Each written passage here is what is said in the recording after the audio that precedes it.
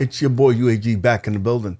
And this episode, we're going to be talking about Arcade1up and its success that it currently has and its future.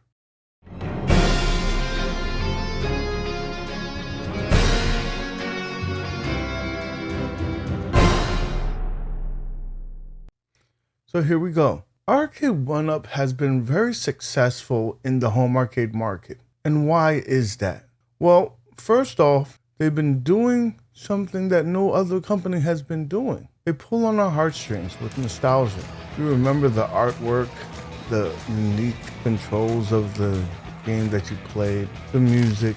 They have everything in there, a nice package format. Now, Arcade1up, so a lot of people didn't think it was going to be really successful. It was going to be a flash in the pan. Teach you, buddy. Well, fast forward 3 years later, they're still here and very much relevant. I would say that they have the largest market share of the home arcade out there.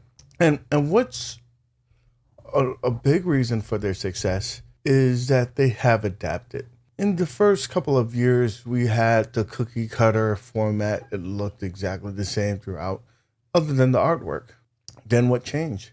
We started getting unique controls and we started getting different shapes, more to the liking of what it really looks like. A replica of that sense with the form, the silhouettes of the units. Now, when you went into an arcade, all arcades didn't look the same. There were different sizes, different shapes, different heights. And Arcade1up is replicating that as we speak. We have the most recent Tron, which is like 64 inches high. It's a behemoth next to one of the first generation Arcade1ups. You have Big Blue behind me. Look how high that sits. It's higher than the Legends Ultimate, which is a behemoth as well. And you started getting a 4-player cabinets and their unique shapes. We're getting these different shapes, the legacy cabinets. This is what we've been clamoring for.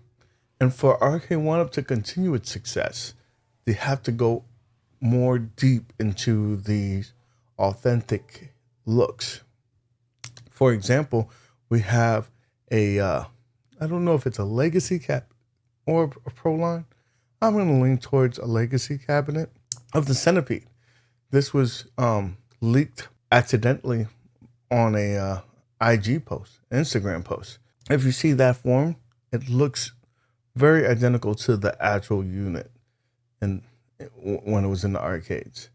You got the coin doors. They're starting to make it look, blur the lines of what the arcade and the home arcade was. Now, granted, they're a little smaller, and this is designed because, you know, if you live in a home or in a apartment or you're limited in space, we can't take these big amount of spaces. Maybe later down the line, you know, Arcade1up has hinted so many times of a possible pro line. But for what we have right now, this is perfect. I mean, for me, if I have 2 units right here, a pinball, and I have space for 2 more, which will be coming very soon, I wouldn't be able to fit 4 full-size arcade cabinets, especially going up the stairs. This is perfect for me. And this is why there's a lot of people in this community that really like Arcade1ups, because they're very lightweight, easy to maintain and manage, and you don't have to worry about fiddling with something that breaks down, because let's face it, the arcade, they will break down eventually. I mean, they're 30 years plus on some of these units, so there's going to be a level of maintenance. Not to say that Arcade1up will not eventually go down, but it'll be easier to maintain for us common folk. So I think that if Arcade1up wants to continue to be the head honcho in the home arcade market, they got to just lean into giving us that feel of authenticity in a small factor. And so I can't wait to see what the Killer Instinct looks like. We got Killer Chris from Twisted Gaming. He's doing an unboxing and reviewing it. So we'll see that sooner rather than later. But I like the direction that Arcade1up is going. And I think they have to continue that. With that being said, that means that the other people in the market need to step up their game, i.e. ad games. That unit here has had basically the same design for the last, 2 models. I love the deck being big, but they really haven't changed. The artwork is hideous. So maybe do something with that, or give us another form factor. Change it up. Also, IR Arcade. It's a different look, more of a candycade. Would love to see a light up marquee. Maybe we'll see that in CES that's coming around the corner. Maybe they revamp the whole look and we have a version 2. Who knows? But they need to evolve as well. And I see that happening with their subscription service for ad games and for the IP and the online capabilities of the IR Arcade.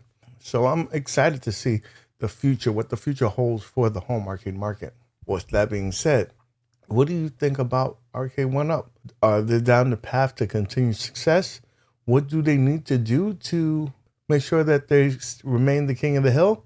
Or are the other people picking up some steam and closing that gap? I'd like to hear your comments and your thoughts in the comment section down below. If you like what you hear and you want to continue this conversation, what you need to do is subscribe to the channel. Make sure you hit that thumbs up so we can get this to the masses, and hit that bell notification so you'll know when the next video drops. With that being said, guys, as always, keep gaming.